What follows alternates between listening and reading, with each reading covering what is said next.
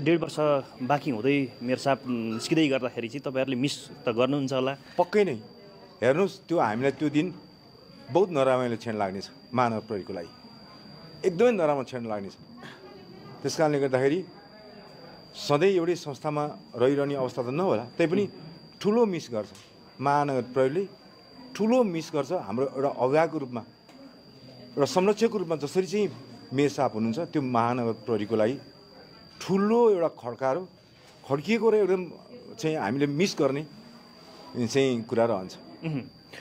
थप केही सुझाव उहाँलाई शुभकामना त हुन्छ होला है? पक्कै पनि राजनीतिक हिसाबले चाहिँ अगाडि बढ्ने राजनीतिक नेतृत्वलाई, राजनीति गर्ने व्यक्तित्वहरूलाई चाहिँ शुभकामना व्यक्त गर्न चाहन्छु। यो महानगरमा आइसकेपछि म एउटा स्वयं महानगरवासी भएको कारणले गर्दाखेरि हामीलाई खुसी लाग्छ, गर्व लाग्छ। अझ उहाँको देशकै खाँचो भएको आम नेपाली जनताले कुरा गरेको हामीले कहिलेकाहीँ कता कता सुन्छौँ, हामीलाई पनि त्यस्तो लाग्छ। हामी त शुभकामना व्यक्त गर्न चाहन्छौँ। जसरी देशले नै खाँचो गरेको भनिरहँदाखेरि महानगरको कार्य सम्पादनको जुन किसिमको उहाँको स्पिरिट थियो, यहाँहरूको स्पिरिट थियो, त्यसअनुसार उहाँ योग्य हुन सक्नुहुन्छ देशको लागि? तपाईँलाई लाग्छ? त्यो तपाईँले चाहिँ उनी नगर्नुहोस्, सँगै नगर्नुहोस्। उहाँको लिडरसिप हामीले बुझेको छौँ नि त।